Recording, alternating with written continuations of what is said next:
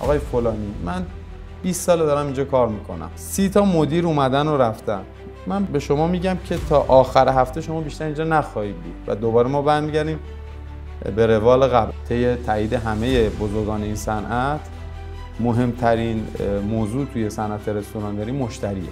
اولا بگم همه تجربه های ما با موفقیت انجام نشده. در هر صورتی مشتری ناراضی باشه شما باید اون مشکل رو برطرف بکنید، وگرنه وجود شما معنایی نخواهد داشت. ما یکی از معضلاتمون همیشه توی رستورانداری این بوده که حرف تا عمل فاصلهش خیلی زیاده. الان پرفروش محصولات هانی کدوم آیتمان؟ توی غذای گرم یا غذا آماده هر دو تاش. وقتی یه چیزی وجود نداره شما راحت‌تر میتونین انجامش بدین، ولی وقتی یه چیزی وجود داشته باشه رو شما بخواید اونو اصلاح کنین خیلی سخت‌تر میشه. همیشه میگن بازسازی سخت‌تر از ساختنه. من دوستان مختلفی دارم تو صنف‌های دیگه، صنف در واقع املاک، صنف ماشین، میگن خب ما هم دوست داریم یه رستوران داشته باشیم، هیچ وقت نمیتونن موفق باشن. یادم اون موقعی که کارو شروع کردم به بقیه همکارانم سنمو درست نمیگفتم، یه 10 سال بزرگتر میگفتم. الان یه سری هم روی فروش که رستوراندار خیلی پول داره. من اینم بگم به شما که صنعت رستوران دیگه به هیچ عنوان مثل 10 سال گذشته جزء صنعت پول ساز و سودده نیستش. به نام خدا. سلام خدمت شما دوستای عزیزم، خیلی خوش اومدید به این قسمت. در این قسمت در خدمت آقای علی عباس میرزایی مدیر فروش برند هانی هستیم. سلام، حالتون خوبه؟ سلام و عرض ادب دارم خدمت شما و بینندگان و شنوندگان محترمتون. در ابتدا میخوام که یه کلمه اصلاح کنم. مدیر کلمه خیلی بزرگیه. منم یه عضوم تو خانواده بزرگ هانی که با همکاری هم سعی میکنیم که به توسعه و پیشرفت برند هانی کمک کنیم. خیلی خوش اومدید. حالا این از شکست نفسی شماست. خیلی مستقیم بریم وارد بحث بشیم. چطور میتونیم بخش‌های مختلف یه رستوران رو که خیلی از رستوران‌ها در جریان هستیم که به صورت سنتی به قول معروف اداره میشن، بخش‌های مختلف، منابع انسانیش، CRMش و حتی سفارشگیریش، چطور میتونیم این مدرنیزه شدن رو توی بخش‌های مختلف رستوران پیاده سازی بکنیم و خودتون توی رستوران هانی چطور این مورد رو تو بخش‌های مختلف پیاده کردید؟ خدمتتون عرض کنم مهمترین و اصلی ترین مسئله برای شروع این کار تفکر اونر برنده. بستگی داره که مالک یه برند، حالا مخصوصا وقتی یه برند خیلی بزرگ میشه، چند شعبه‌ای میشه، سابقه زیادی پیدا میکنه، بار سنگینی به عهده اون برند بابت خدماتی که به مشتریانشون میدن. تفکر مالک برند هانی آی کبریچی همیشه تفکری بوده که باعث پیشرفت و در واقع توسعه این مجموعه شده. ایشون همیشه تو مدیراشون نزدیک 60 تا مدیر دارن که در 3 قسمت مختلف، کارخونه، شرکت پخش و رستوران ها فعالیت میکنن. همیشه سعی کردن از افرادی که جوان هستن، ایده های نو دارن، تعامل خوبی با جامعه دارن استفاده بکنن، نظرات اونا رو استفاده بکنن و بتونن که هر کدوم تو قسمت های مخصوص به خودشون سیستم های مختلف رو پیاده کنن که خدمات بروزتری رو به مشتریان ارائه بدن. بسیار عالی. من یه نکته رو اضافه بکنم. ما با آقای حاتف کبریچی مدیر برند هانی در اپیزود قبلی صحبت کردیم. اگر تمایل داشتید میتونید حتما اون ویدیوشو یا پادکستشو برید ببینید و گوش بکنید. خیلی گفتگوی جذابی بود. خب ادامه بدیم.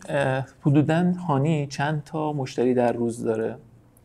ببینید ابتدا لازمه که من بگم هانی مشتری رو به دیده در واقع یه فردی که خرید از محصولاتش انجام میده نمیبینه.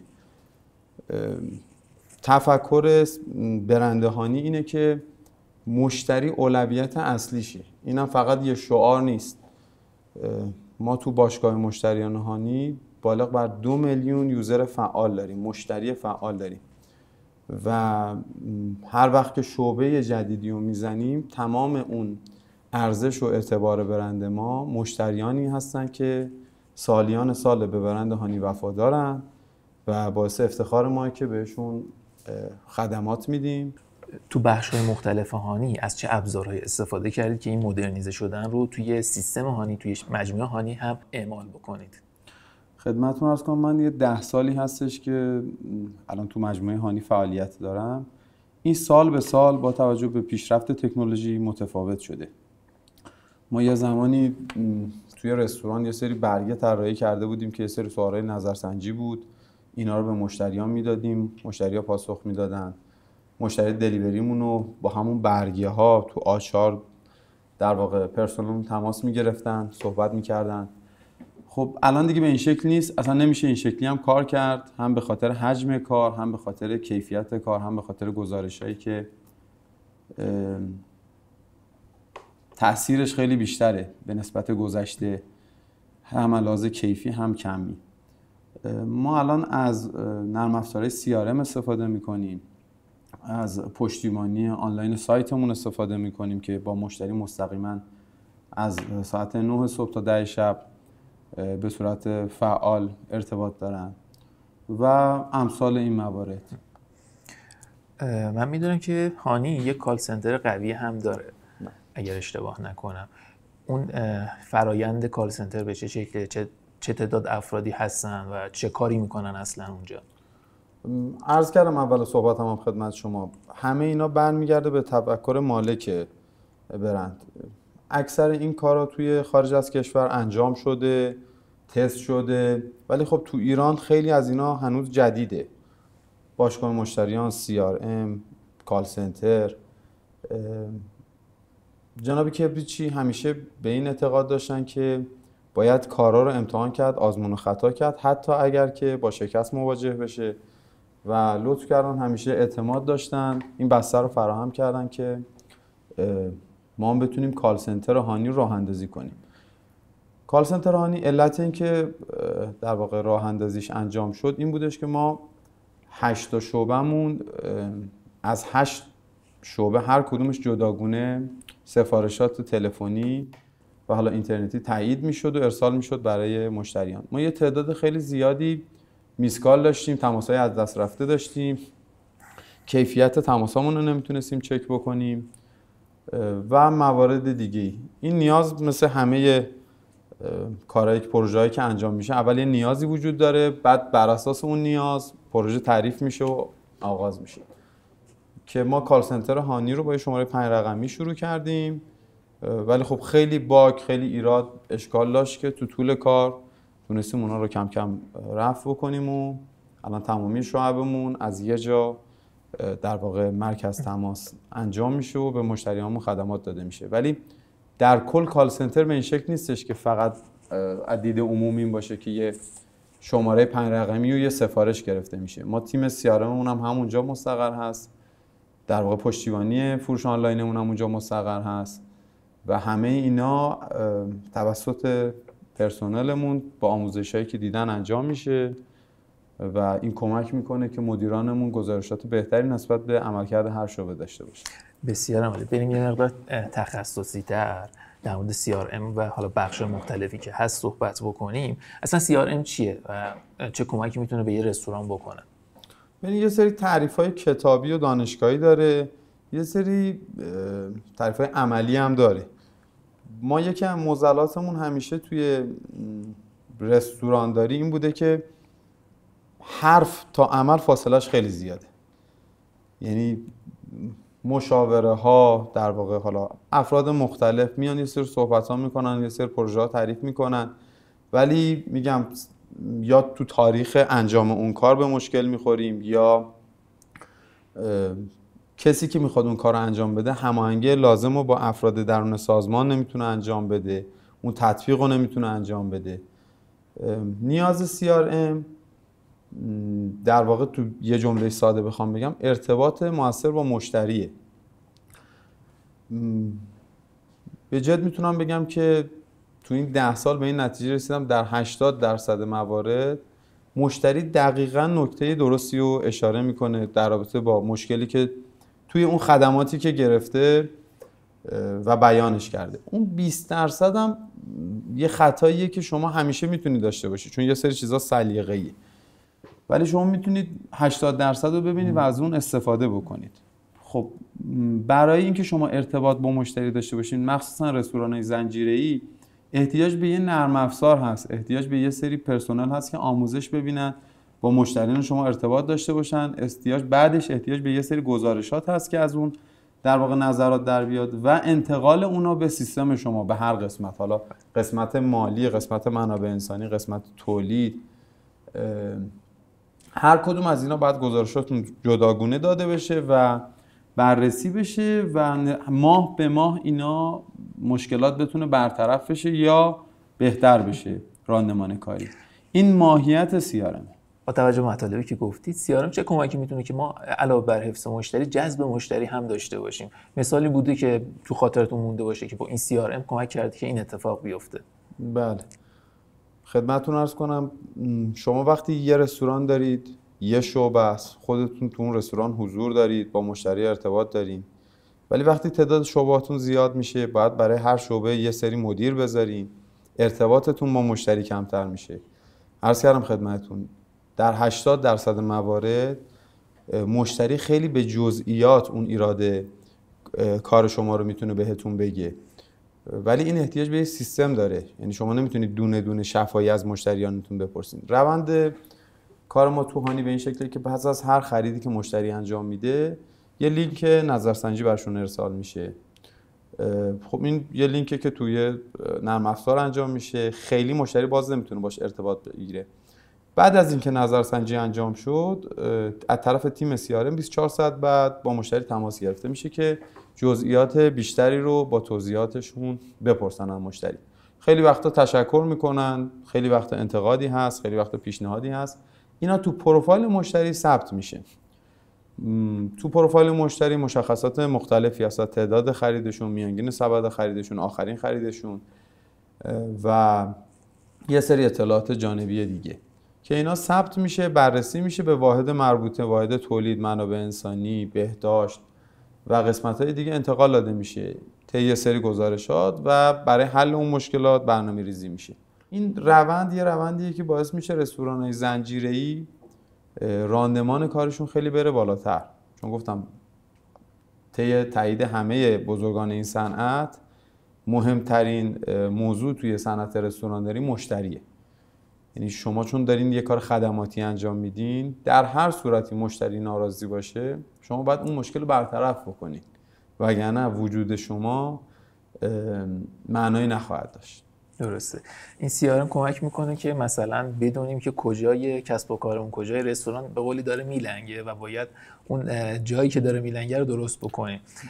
موردی یادتون هستش که خیلی مشتری گفته بودن و شما اومدید روی اون رو برطرف کردید و روش یه کمپینی رفته باشید و به اطلاع مشتری رسونده باشید؟ ببینید این کار به این شکلی که من عرض کردم خدمتتون 3 ساله که به صورت مداوم، یعنی هر روز، هر ماه، هر سال داره انجام میشه توی برند هانی و تعداد این مسائل مثلا یه دونه 2 تا 3 تا نیست.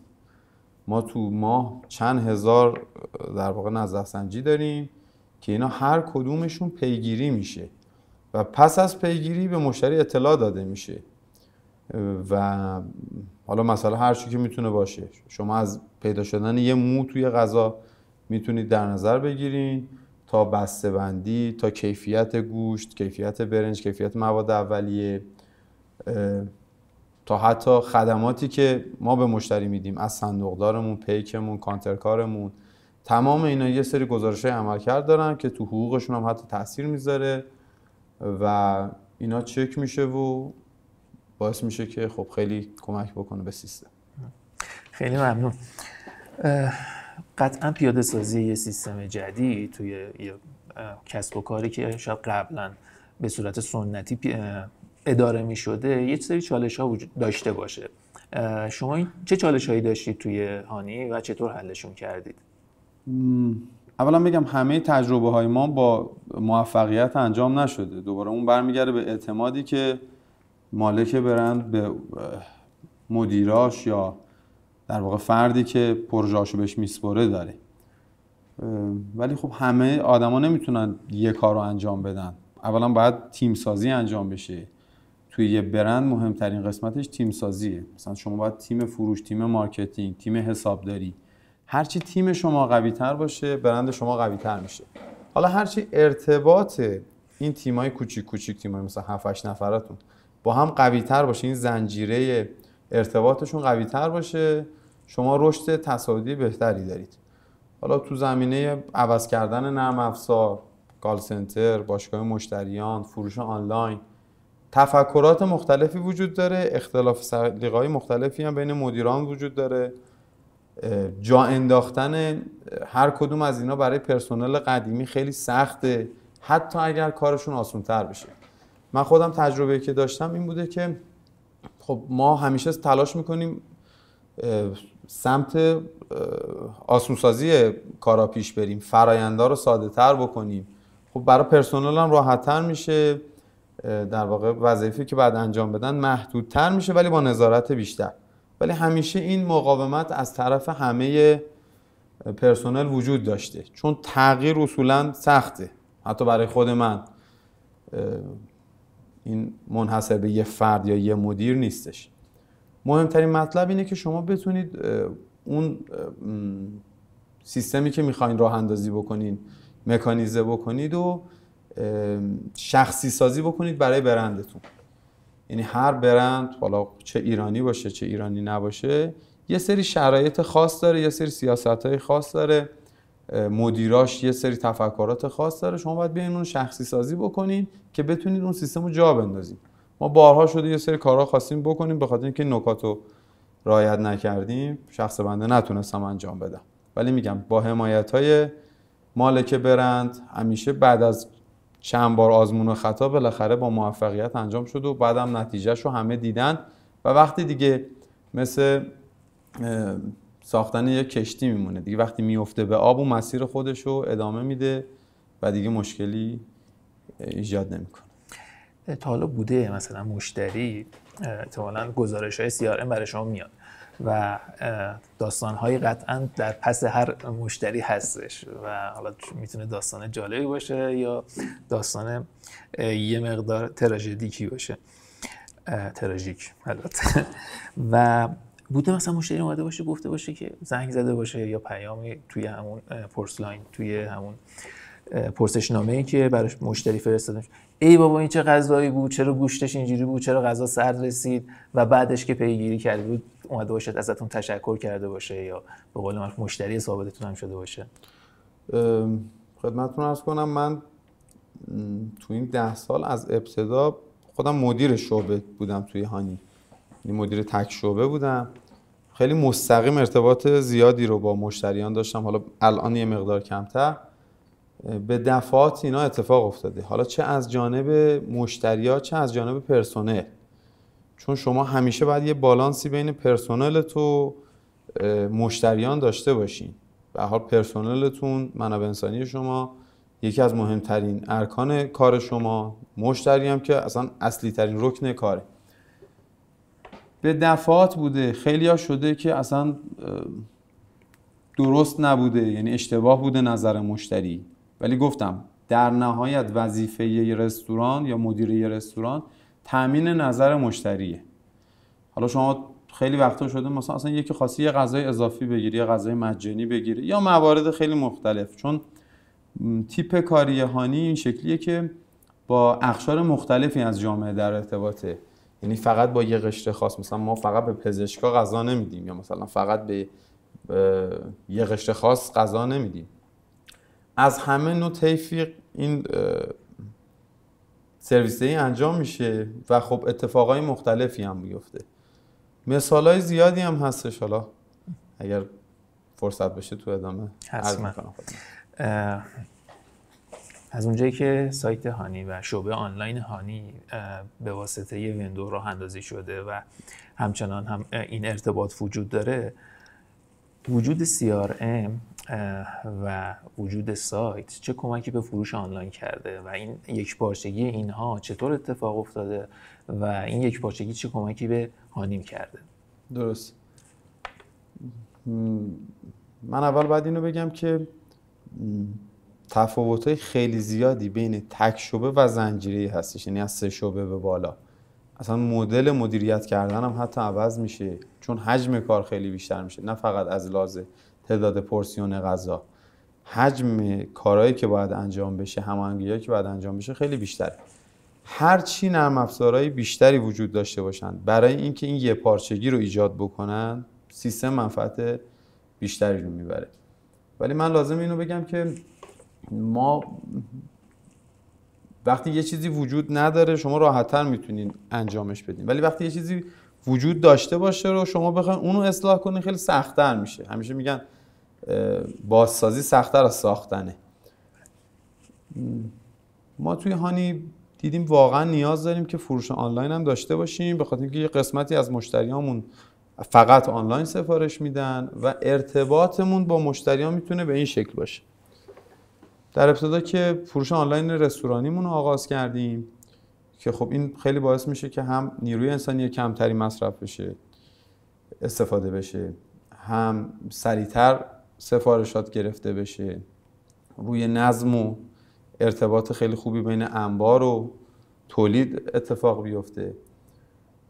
بعد از اینکه رستورانی رو اندازی کردیم با کمک شما تونستیم توی توزیع و فروش آنلاین محصولات آماده‌مون هم این کار رو انجام بدیم که این کار برای اولین بار اتفاق افتاد. یعنی هیچ شرکت دیگه محصولات خودش رو از کارخونه مستقیم به صورت آنلاین پخش نمی‌کنه که ما تو تهران داریم این کارو می‌کنیم، سراسر تهران.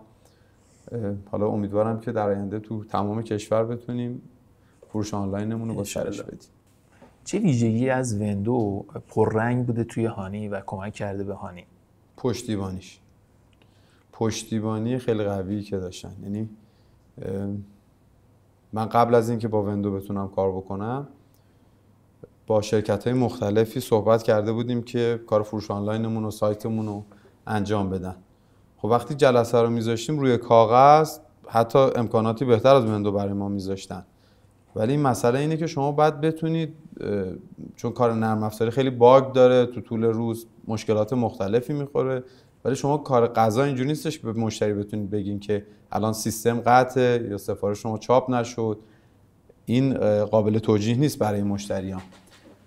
وندو یه مزیت خیلی خوبی که داشت برای راه اندازی، تونستن به ما کمک کنند که خوب با سیستم مچ بشن، حالا با شعبات ما مچ بشن، با قسمت حسابداری ما، قسمت آیتی ما، با صندوقدارای ما، کسایی که بعد آموزش میدیدن و تمامی مراحل به خوبی انجام شد. و همچنان هم مشکلات وجود داره، سیستم قطع میشه، نرم افزار به مشکل میخوره، به هر حال از این قبیل، چون میدونید که اینترنت ایران هم خیلی اینترنت جالبی نیستش، ولی پشتیبانیش به نظر من مهمترین مزیتش. خیلی ممنون از شما. یه مقدار در مورد چالش‌ها و به قول مشکلاتی که وجود داره گفتی، در مورد همین چالش‌ها صحبت بکنیم که چه چالش‌هایی وجود داره در پیاده‌سازی این موارد، سفارش آنلاین، CRM، حتی کال سنتر، چه مشکلاتی وجود، چه داخلی در خود مجموعه چه بیرون از مجموعه. اجازه بدین من اینو با یه مثال خدمت شما عرض کنم، اینجوری منظورمو بهتر میتونم برسونم. ببینید، برای راه اندازی هر پروژه جدیدی، هر ساختار جدیدی، شما احتیاج دارین که اول تفکر افراد و پرسنلتون رو یه مقداری عوض بکنید. این کار خیلی سخته، چون امکان داره اون پرسنل شما 10 سال، 15 سال، 20 سال پیش شما فعالیت کرده باشه، عادت کرده باشه به اون روالی که قبلا کار میکرده. ما مستثنا نبودیم از این موضوع و این مشکلات رو داشتیم. برای مثال هیچ وقت یادم نمیره، ما با شعبه میرداماد شروع کردیم این کارو، چون اول بعد یه شعبه رو تست میگرفتیم، میشه نمیشه، مشکلاتش کجاست. یه پرسنل داشتیم که نزدیک 20 سال فعالیت میکرد و کار حالا صندوق و خروج و اینجور چیزا رو انجام میداد. به دوستانی که اومده بودن برای نصب نرم افزار و کار این چنینی گفته بود که آقای فلانی، من 20 سال دارم اینجا کار میکنم، 30 تا مدیر اومدن و رفتن، من به شما میگم که تا آخر هفته شما بیشتر اینجا نخواهی بود و دوباره ما برمیگردیم به روال قبل. علتش هم بود اون آقا خیلی داشت تلاش میکرد که زودتر کارا انجام بشه، ایشون اینو بهش گفته بود. خب اینجا دو تا مسئله پیش میاد. یه موقع هستش که مالک برند میگه آقا سیستم من نمیپذیره این تغییر رو، و میگه من نمیخوام و کنسل میشه کل پروژه. یه موقع هست مالک برام میگه نه من باید این پروژه انجام بشه، حمایت میکنه و خب سختم هست. من خودم تمامی این مراحل رو از فیش گرفتنش تا پیکش تا هدایت مشتری، جواب دادن مشتری، آموزش مدیر، اینا رو همه رو چون بعد از درون سازمان اصلاح میشد خودم انجام دادم و این مقاومت پرسنل همیشه یه شرایط خیلی بامزه ایجاد میکرد. در رابطه با دید مشتری هم خب مشتری هم همینطور، مشتری عادت کردن به یه نوع سفارش دادن، به یه نوع سرویس دهی. وقتی شما اینو عوض میکنین حتی اگر بخواین بهترش بکنین یه تایمی به یه سری مشکلات میخورین، مشتریان ناراضی میشن، سفارش رو درست نمیره، همین تداخل پرسنل هستش. ولی اینا رو با استمرار، صبر و این پافشاری روی موضوعی که میدونید درسته میتونید برطرف کنید. بسیار عالی شده که این مشکلات نباشه دیگه و اگرم از سریعتر حل بشه. نه شیرینی کار ما همین مشکلاته. یعنی اینا رو ما مشکل نمیبینیم چون از پرسنل یا مشتری کار رستوران هویتش همینه. کسایی باید کار رستوران رو انجام بدن که دوست داشته باشن با آدمای مختلفی ارتباط داشته باشن. من دوستان مختلفی دارم تو صنف‌های دیگه، صنف در واقع املاک، صنف ماشین. میگن خب ما هم دوست داریم یه رستوران داشته باشیم. هیچ وقت نمیتونن موفق باشن با اینکه سرمایه اولیه‌شو دارن، هیچ مشکلی از این موضوع ندارن. ولی شما توی صنف رستوران باید، حالا مدیریت رستوران حتی وقتی مالک برند میشه که سخت‌تر هم میشه، تو مدیریت رستوران هم باید با مشتری، پرسنلت، تامین کننده هات همه ارتباط داشته باشی و اینقدر طیفشون گسترده است که یه ذره کار شما سخت میشه اگه نتونی اون ارتباط رو بگیری و لذت بخش نباشه برات. برای همین مشکل حساب نمیشه. من میدونم که قبل هانی یه تجربه تلخی و شیرینش شما بگید که دارید که فکر میکنم خیلی کمکتون کرده تو این مسیری که وارد شدید. بله، حالا تلخی و شیرین دیگه زندگی همش همینه دیگه. ولی اکثرا حالا تو اینستاگرام یا جاهای دیگه همیشه آدم موفقیت ها رو میبینه. مال من این شکلی نبوده. من تو سن کم بر اساس حالا بی تجربگی، کم تجربگی، یه بار یه رستورانی رو احداث کردم. یه رستوران ایتالیایی بود. فکر میکردم مثلا اگه پشتکار داشته باشم یا یه سری مسائل میتونم از پسش برم، که حالا هم از انتخاب لوکیشنش هم یه سری موارد دیگه باعث شد که با شکست مواجه بشم و بعد از اون وارد برند هانی شدم و از این موضوع هم خیلی خوشحالم. ولی میگم همیشه داستان آدمای موفق وجود داره. من همین الانم همه میگن خب تو چرا خودت نمیری رستوران بزنی، اصلا برو مثلا رستوران زنجیره خودتو بزن، تو چرا. یه موقعی هست شما وقتی یه سری تصمیمات زود میگیرید این منجر به شکست شما میشه. یعنی همیشه اینکه زود به اون هدفتون برسین تضمین این نمیکنه که موفقیت آمیز هم باشه در ادامه باهاتون. و این حالا خلاصه اتفاقی بود که برای من افتاد. چه مواردی پیش اومد که کلا باعث شد که جمع بکنید اون رستوران رو، یعنی بخواید بهش اشاره بکنید؟ من اولا میگم رستوران چون کانسپتش فست فود بود، شب بعد در واقع بیشترین فروش رو داشت. اون جایی که من زدم شب بسته بود، توی پاساژی بود و جمعه ها مثلا تا ساعت 2 بعد از ظهر باز بود.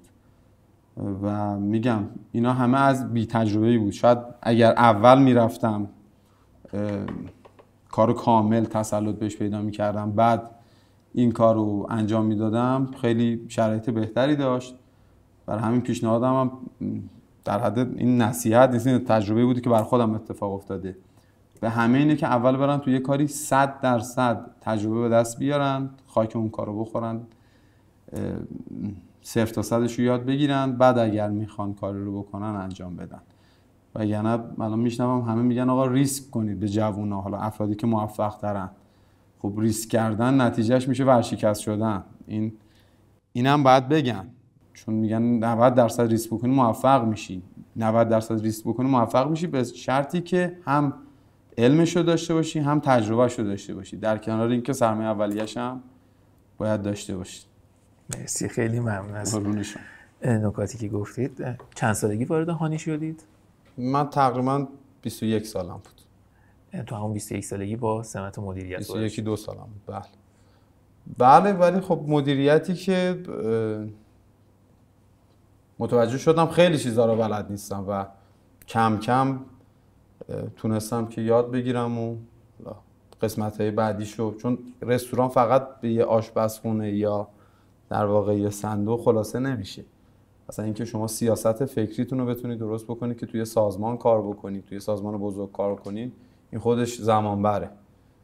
وقتی هم که تجربه‌تون کافی نیست. من یادم اون موقعی که کارو شروع کردم به بقیه همکارام، اون موقعم تو هانی تعداد زیادی مدیر بود، به بقیه همکارانم سنمو درست نمیگفتم، یعنی یه 10 سال بزرگتر میگفتم. الان یه سری این دیگه مجبور بودم. ببین من الان دهه 80 دارن کار میکنن، من باشون در ارتباطم، اصلا یه نسل دیگه، یعنی یه طرز فکر دیگه ای دارن که حتی به نظر من خیلی هم درسته. مدلی که اصلا شما میتونید باشون کار بکنید مدل نیستش که با من. اون موقع من مجبور بودم سنمو دروغ بگم، راهی هم نداشتم. الان نه، میان میگن آقا مثلا ما 19 سالمونه میخوایم کار بکنیم، بعد با یه دیدگاه دیگه ای. موردی بودش که سن بیشتر میگفتید؟ بله به خاطر اینکه کار اصلا انجام نمیشد. یعنی شما تا حرف میزدی میگفتن آقا شما که اصلا سنت به این، در صورتی که الان کاملا برعکس شده. یعنی الان من خودم فقط دنبال افراد جوون میگردم، افرادی که چون انقدر سریع میتونن چیزها رو یاد بگیرن، تجزیه و تحلیل بکنن و واقعیتش اینه که الان دنیاییه که شما باید ابتکار داشته باشی. من خودم همیشه ایده های نو به ذهنم میرسید، میومدم با آقای کبریچی مطرح میکردم. الان برای خود منم شاید دیگه بسته شده، چون همون میبینم تکرار چیزهای قبلیه، ولی میبینم الان یه جوون 20 ساله میاد ایده های جدیدی داره، تفکرهای جدیدی داره، همینا باعث پیشرفت میشه، همینا رو اجرا کردنش. ولی اون موقع من اگر مثلا میگفتم 20 سالمه میخوام این کار رو انجام بدم تو حوزه مارکتینگ، تو حوزه فروش، اصلا قبول نمیکرد کسی ازم. این مشکل ما بود که حالا الان سعی میکنم اتفاقی که برای خودم افتاده رو با دیگران رقم نزنم. بسیارم عالی. برگردیم به مبحث CRM. اگه بخوایم برگردیم به مبحث CRM، چطور میشه CRM رو ازش استفاده کرد در راستای بهبود منو و برای اینکه اون قیمت گذاری رو بهتر بکنیم، خود منو رو بهتر بکنیم؟ چطور میشه استفاده کرد؟ خودتون چه استفاده کردید از این داستان در این راستا؟ ببین میگم CRM در هر صورت خوبه، ولی واقعا CRM برای رستوران چند شعبه، دارم توضیح رستوران نظم میکنم خدمتتون، برای رستوران چند شعبه‌ای خیلی جواب میده، برای جاهایی که بزرگترن خیلی خوب جواب میده، چون واقعا مدیریت کردنش هم متفاوته. بزرگترین کمکی که میتونه بکنه اینه که شما اول از همه باید تیم داشته باشین برای CRM. یعنی اینجوری نیستش که شما یه نفر رو استخدام بکنید، یه تیم. بعد تیم هم شما نمیتونید استخدام بکنید، شما باید یه سری افراد رو داشته باشین، آموزش بدین، دقیقاً بگین چی میخواین، چه گزارشایی از این CRM میخواین، با توجه به اون سیاستی که رستورانتون داره، با توجه به اون تارگت هایی که رستورانتون داره. مثلا ما تو CRMمون علاوه بر نظرات مشتریمون تارگت فروش هم داریم. یعنی برامون مهمه که کدوم غذاهامون چه مقدار فروش میره، اونایی که فروش نمیره علتش چیه. ماهای مختلف رو با هم بررسی میکنیم، همین ماهو با سال قبلش مقایسه میکنیم. تمام این موارد کمک میکنه که شما بتونید منوتو آپ تو دیت کنی به روز نگهداری و میگم از ید یه نفرم خارج میشه کامل. یعنی اگه فردا صبح میرزایی نامی تو هانی نباشه هیچ اتفاقی برای هانی نمیفته، به خاطر اینکه سیستم مدیریت مشتریانه که داره این کارو میچرخونه که متشکل از 14-15 نفره که هر کسی کار خودش رو انجام میده و در نهایت یه سری گزارش‌ها رو به اونر مجموعه میدن. الان پرفروش محصولات هانی کدوم آیتمان؟ توی غذای گرم یا غذا آماده؟ هر دو تاش. ما کبابمون بیشترین فروش رو داره، ولی یه تفاوتی که رستوران هانی داره اینه که ما منوی خیلی گسترده‌ای داریم. یعنی اکثر رستوران‌ها یه کباب دارن یا هر چیزی، ما انواع خورش‌ها رو داریم، انواع دسرها رو داریم، انواع سوپ‌ها رو داریم. این گستردگی منو کمک میکنه که تکراری نشه غذا برای مشتری، ولی کبابمون پرفروشه و توی غذاهای آماده‌مونم در حال حاضر غذای 2 هفتیمون خیلی پرفروشه، چون خیلی مغروم به صرف است. غذای آماده کدوم خورش بیشترین فروش رو داره؟ ما در حال حاضر قیمت بله، همونطور که آقای کبریچی هم دوست داشتن.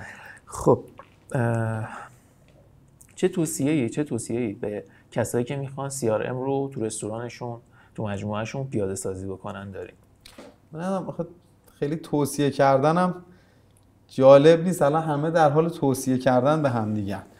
من به نظرم الان صنعت رستورانداری به این احتیاج داره که رستوراندارا بیان با هم تبادل نظر بکنن، تبادل اطلاعات بکنن، چون هر کسی یه سری تجربیات داره و الان هم دنیا دوره ارتباطاته. یعنی شما میتونید برین یه رستوران تو یه کشور دیگه الگوشو بردارین بیاین همون سیستم رو اینجا پیاده سازی بکنین و خیلی یهو جواب بدین. یعنی دیگه مثل قدیم نیست 10 سال خاک یه رستوران رو بخورین.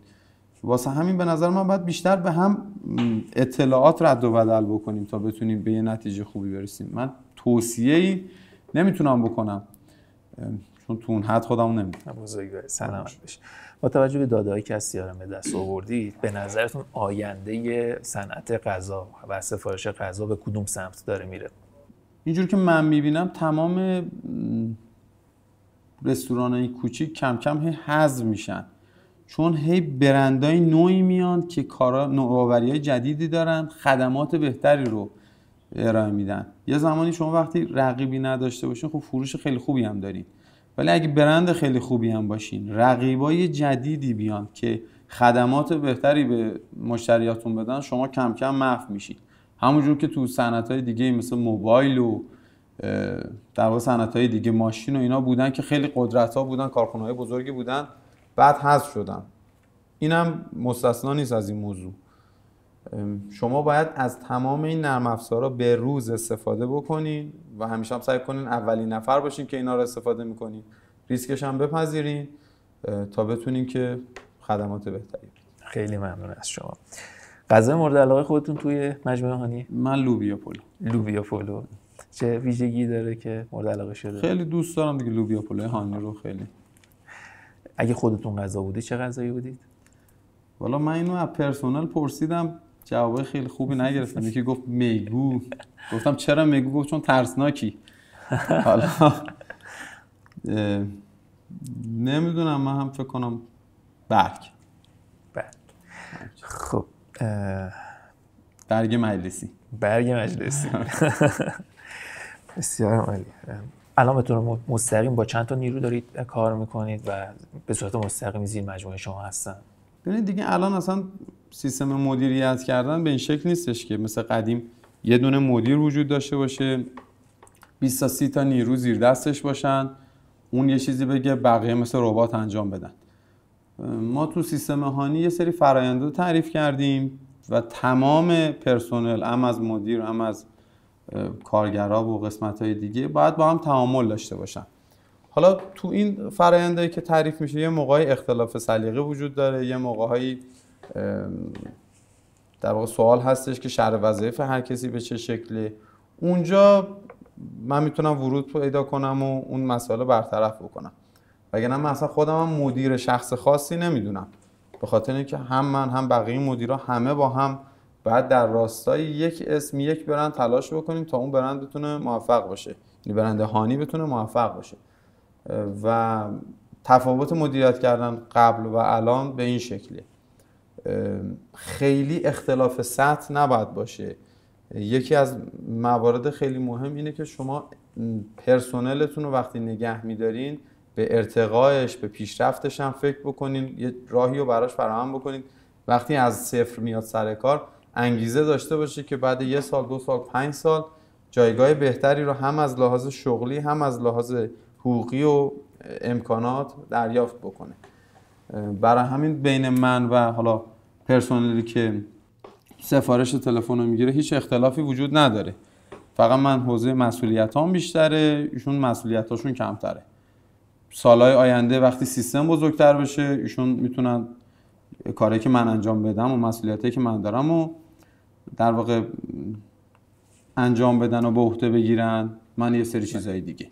اینکه منو استفاده میکنم، من نوعی رو عرض میکنم خدمتتون. سازمان‌های بزرگ اینجوری اداره میشن. مهارت‌های نرمی که یه مدیر رستوران باید داشته باشه چه چیزاییه؟ ببینید در حال حاضر برای مدیر شعبه اگر منظورتون هست، مهمترین مهارت اینه که بتونه ارتباط خیلی موثری با پرسنل بگیره. دلیلش هم اینه شما به عنوان یه مشتری وقتی وارد رستوران میشین یا غذا سفارش میدین فرق نمیکنه پیک رستوران جلوی شما باشه، صندوقدار رستوران جلوی شما باشه، کانترکار رستوران جلوی شما باشه یا مدیر رستوران. مشتری فقط با برند هانی یا با برند شما در ارتباطه. پس مدیری که بتونه راندمان پرسنلشو بالا ببره، مدیریه که مهارت‌های لازم برای یه شعبه داره. بسیار مسن‌ترین نیرو تو هانی چند سالشه؟ ببینید حالا این سیاست‌های کبریچی شاید خیلی از سازمان‌ها این مورد رو نداشته باشن، ولی اونی که من اطلاع دارم ما یه تعداد زیادی پرسنل داریم که خیلی وقت اصلا بازنشسته شدن، یعنی به مدت مثلا 20 سال 30 سال تو برند هانی کار کردن، مثلا بازنشسته هم شدن قانونی و دیگه هم کار نمی‌کنن، ولی همچنان حقوقشون واریز میشه از طرف مجموعه. حالا شاید همشون دوست نداشته باشم من اینو بگم، ولی این یه واقعیتی که انجام میشه، حالا دیدگاه ایشونه و افراد خیلی مسن، فکر کنم 70 80 سال تعدادشون هم زیاده، ولی میگم چون دید ایشون اینه که به هر حال ایشون این افراد 30 سال هم زحمت کشیدن، یه بابت هم خیلی درسته و سیستم هم قدردان زحماتشون هستش. جوان‌ترین نیرو چی؟ ما از 18 سال 18 19 سال. میانگین نرخ ماندگاری یه نیرو تو هانی چند ساله؟ عرض کردم خدمتتون با نیروهای 20 ساله داشتیم که همچنان هم هست. خب به عنوان یه مدیر چطور با یه نیروی بدقلق رفتار میکنید و چطور تعامل میکنید باش؟ از نظر من نیروی بدقلق اصلا وجود نداره، مخصوصا دهه 80، حالا در آینده نزدیکم که دهه 90. هر فرد جوونی وقتی میخواد وارد یه سیستم شه، مثل خود من که وارد سیستم شدم یا وارد هر ارگان دیگه ای، رستوران دیگه ای میشه، یه دونه هدف مشترک دارن، اینکه میخوان پیشرفت بکنن. اگر ببینن این مسیر پیشرفت همواره وجود داره تو این سیستم، خب شما میتونید آموزش بدین بهشون، حالا چه درون سازمانی چه برون سازمانی، و طی سالهای مختلف پیشرفت بکنن، چه از لحاظ جایگاه شغلی چه از لحاظ میزان حقوق. پس اگه شما این شرایط رو فراهم کنید، فکر نمی کنم نیروی بدقلقی وجود داشته باشه که بخواد کار بکنه.